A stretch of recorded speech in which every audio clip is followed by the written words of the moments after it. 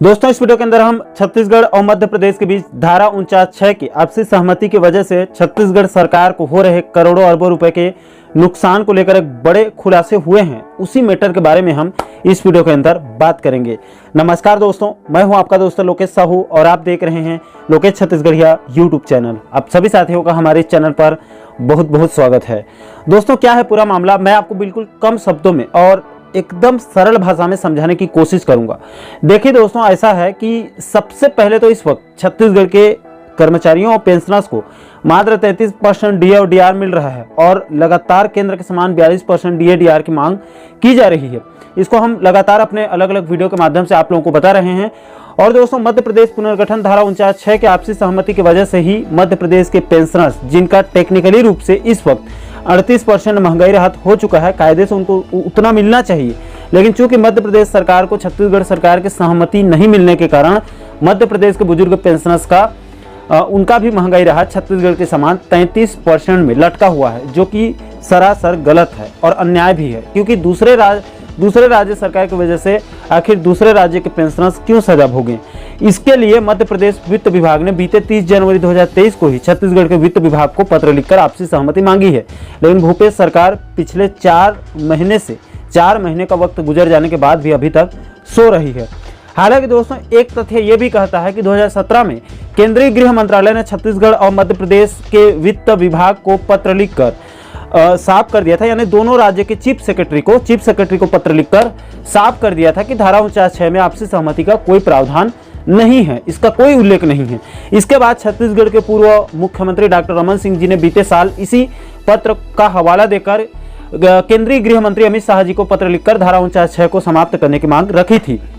हालांकि दोस्तों, इस मुद्दे पर अभी तक दोनों ही राज्य सरकारों के द्वारा कोई भी निर्णय नहीं लिया गया है और अगर इसमें किसी पार्टी विशेष को दोष दिया जाएगा तो इसमें बीजेपी और कांग्रेस दोनों बराबर जिम्मेदार हैं। अब दोस्तों, इसी कड़ी में अब इसी धारा 49(6) के आपसी सहमति को लेकर भारतीय राज्य पेंशनर्स महासंघ के राष्ट्रीय महामंत्री और छत्तीसगढ़ राज्य संयुक्त पेंशनर्स फेडरेशन के प्रदेश अध्यक्ष वीरेंद्र नामदेव जी ने आपसी सहमति को लेकर मध्य प्रदेश सरकार के ऊपर बड़ा आरोप लगाया है। दोस्तों, इसको लेकर कई प्रिंट मीडिया ने भी इसको प्रमुखता के साथ प्रकाशित किया है और आप छत्तीसगढ़ के पेंशनर्स फेडरेशन के तरफ से जारी प्रेस विज्ञप्ति को भी देख सकते हैं, जिसको खुद पेंशनर्स फेडरेशन के प्रदेश अध्यक्ष, छत्तीसगढ़ पेंशनर्स फेडरेशन के प्रदेश अध्यक्ष वीरेंद्र नामदेव जी ने हमारे पास भेजी है।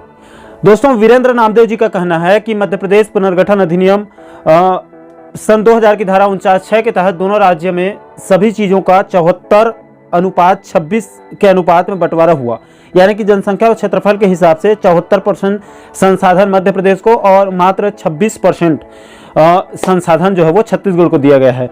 इसलिए जब आप मध्य प्रदेश और छत्तीसगढ़ के नक्शा को भी देखेंगे तो मध्य प्रदेश छत्तीसगढ़ से 3 गुना बड़ा दिखाई देता है। हालांकि दोस्तों, ये सही किया गया है या फिर गलत किया गया है, इसको मैं जस्टिफाई बिल्कुल भी नहीं कर रहा हूं, मैं सिर्फ आपको समझा रहा हूं। अब इसी नियम के तहत उस स्थिति में सन 2000 में बंटवारे के बाद मध्य प्रदेश पुनर्गठन अधिनियम की धारा 49(6) के तहत दोनों राज्य के पेंशनर्स के महंगाई राहत की वृद्धि के लिए प्रति 100 रुपए में मध्य प्रदेश सरकार 74 रुपए और छत्तीसगढ़ सरकार को सिर्फ 26 रुपए देने होते हैं। लेकिन दोस्तों, अब आप सोच रहे होंगे कि जब 74:26 में बंटवारा हुआ है तो पेंशनर्स को भी उसी 74:26 में राशि दिया जा रहा है, तो इसमें गलत क्या है और नुकसान किसको होगा। तो देखिए दोस्तों, इसी बात को तो आपको भी और छत्तीसगढ़ सरकार के बड़े बड़े अधिकारियों को भी समझने की जरूरत है। वीरेंद्र नामदेव जी बताते हैं कि चूंकि इस वक्त मध्य प्रदेश में 5 लाख के आसपास पेंशनर्स हैं और परिवार पेंशनर्स दोनों मिला के, और छत्तीसगढ़ में लगभग 1 लाख पेंशनर्स और परिवार पेंशनर्स हैं, यानी कि इस समय दोनों ही राज्य में कुल मिलाकर 6 लाख पेंशनर्स और परिवार पेंशनर्स की संख्या है। अब इन सभी 6 लाख पेंशनर्स को दोनों राज्य सरकार आपस में मिलकर महंगाई राहत देती हैं या महंगाई राहत का भुगतान करती हैं। इसमें 74:26% की फार्मूला से देखें तो प्रति 100 रुपए में 74 रुपए एमपी सरकार और 26 रुपए सीजी सरकार देती है। अब दोस्तों, इसमें हिसाब लगाने पर इसमें मध्य प्रदेश सरकार को 44 करोड़ 44 लाख व्यय करना होगा और छत्तीसगढ़ सरकार को 1 करोड़ 56 लाख रुपए देने होंगे। अब दोस्तों, जैसे कि मैंने आपको पहले ही बताया कि इस वक्त मध्य प्रदेश के अंदर 5 लाख पेंशनर्स और परिवार पेंशनर्स हैं, तो अगर मध्य प्रदेश सरकार खुद अपने पेंशनर्स को 100% यानी अपने 5 लाख पेंशनर्स को 100% भुगतान करेगी तो उसको 5 करोड़ खर्च करने पड़ेंगे और छत्तीसगढ़ सरकार को अपने 1 लाख पेंशनर्स को 100% महंगाई राहत देने पड़े तो मात्र 1 करोड़ रुपए खर्च करने पड़ेंगे। इसका मतलब साफ है दोस्तों कि प्रति 100 रुपए के भुगतान में छत्तीसगढ़ सरकार को 56 लाख रुपए का अतिरिक्त राशि देने पड़ रहे हैं। यानी कि सिर्फ 100 रुपए के महंगाई राहत वृद्धि में छत्तीसगढ़ सरकार को 56 लाख रुपए का नुकसान हो रहा है। अब दोस्तों ये पेंशनर्स का सैकड़ों से लेकर हजारों रुपए तक में महंगाई राहत में वृद्धि होती है प्रति वर्ष। तो उस हिसाब से आप अंदाजा लगा सकते हैं कि छत्तीसगढ़ सरकार को प्रति वर्ष कितने करोड़ का नुकसान हो रहे हैं। और ये खेल पिछले 22 साल से यानी कि सन 2000 से चली आ रही है उस समय से। तो उस हिसाब से आप अंदाजा लगा सकते हैं कि छत्तीसगढ़ सरकार को अब तक कितने करोड़ों का, अरबों का नुकसान हो चुका होगा। अब दोस्तों इस हिसाब से इस तर्क को लेकर छत्तीसगढ़ पेंशनर फेडरेशन के प्रदेश अध्यक्ष वीरेंद्र नामदेव जी ने सीधा मध्य प्रदेश सरकार के ऊपर आरोप लगाया है कि छत्तीसगढ़ सरकार के करोड़ों अरबों रुपए प्रति वर्ष खाने के लिए, दबाने के लिए मध्य प्रदेश सरकार जानबूझकर धारा 49(6) के आपसी सहमति वाली झमेला को समाप्त नहीं कर रही है। आपसी सहमति को समाप्त नहीं कर रही है जानबूझ के, क्योंकि इस फार्मूला से मध्य प्रदेश सरकार को बहुत लाभ हो रहा है। और इसकी शिकायत वीरेंद्र नामदेव जी ने छत्तीसगढ़ सरकार के कई बड़े बड़े अधिकारियों से की है, लेकिन छत्तीसगढ़ सरकार भी बुजुर्ग पेंशनर्स के ऊपर बिल्कुल भी इंटरेस्ट नहीं ले रही है।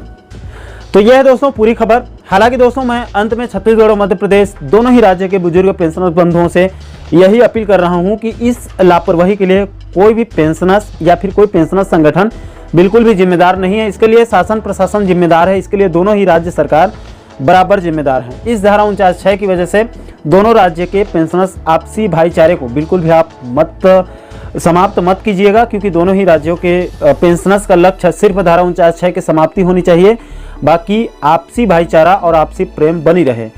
दोस्तों अगर दोनों ही राज्य के बुजुर्ग पेंशनर्स के शोषण को रोकना है तो उसके लिए सिर्फ इस धारा 49(6) को ही जड़ से समाप्त करना होगा, तभी दोनों राज्य के पेंशनर्स की भलाई होगी, क्योंकि ना रहेगा बांस और ना बजेगी बांसुरी। बाकी दोस्तों इस पूरे मुद्दे पर आप लोगों की क्या राय है, आप नीचे कमेंट सेक्शन में अपनी प्रतिक्रिया जरूर दीजिएगा।